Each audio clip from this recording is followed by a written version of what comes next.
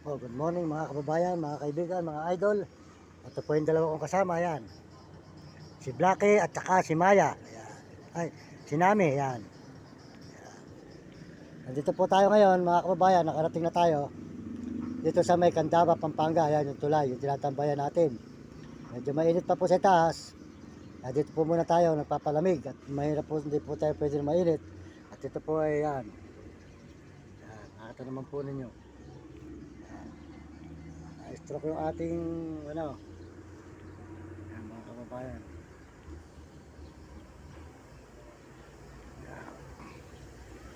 Stroke po yung ating isang paa at kamay.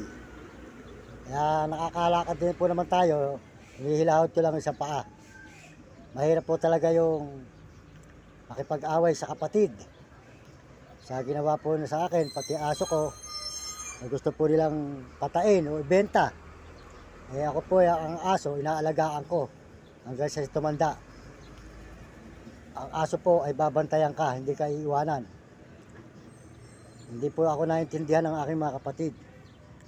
At ang nanay ko po kasi nadala sa ospital. Kaya gawa po nung sinumpong po ang sakit niyang hika at saka po high blood. May sakit na po yung aking nanay kasi. Kaya ako po mga kababayan, para hindi kami magkagalit ng kapatid ko, ako po ay lumakad na lang para po yung aso ko ay huwag mapatay. Kasi mahal ko po ang alaga kong mga aso.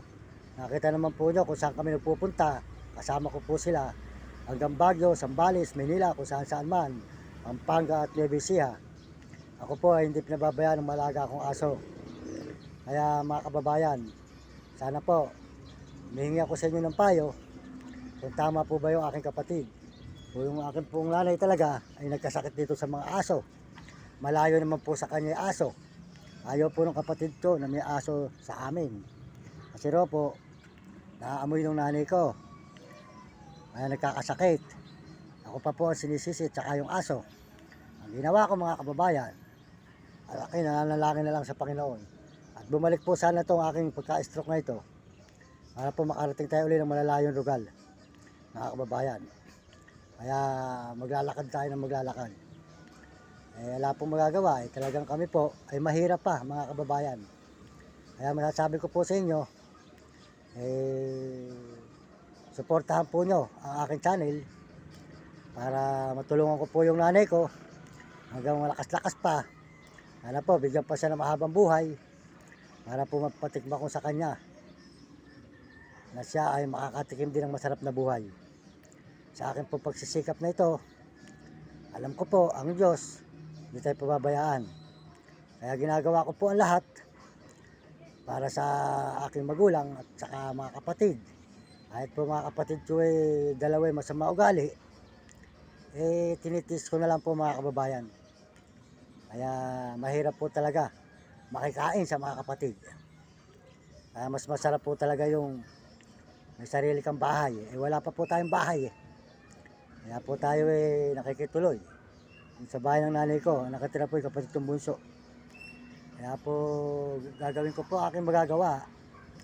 Mga kababayan, hanggang ako'y buhay, magbibideo ko na magbibideo. Bahala na po kayo, hindi po ako marunong kung paano gagawin dito. Hindi ko naman po alam kung paano makakasahod. Wala po nang tumutulong sa akin. Niloloko lang po ako. Sinasamantala ko. Kaya masasabi ko sa inyo, kung may gumagamit man ng account to, huwag niyong paniniwalaan mga kababayan. Huwag niyo silang paniniwalaan. Kasi po, kamukha ng tikas ko. Wala na rin po rito. Hindi ko rin po maintindihan kung hindi po tayo marunong. Kaya ang inaasahan ko na lang po, kung sinong tao makakatulong sa akin, yan ako na lang po hihintayin. Ang Diyos na lang po bahala mga kababayan. Kasi po, hindi tayo nakapag-aaral Wala po tayong alam Dito po tayo sa tulay ng Candaba. Tulay po tayo ng Candaba, Pampanga.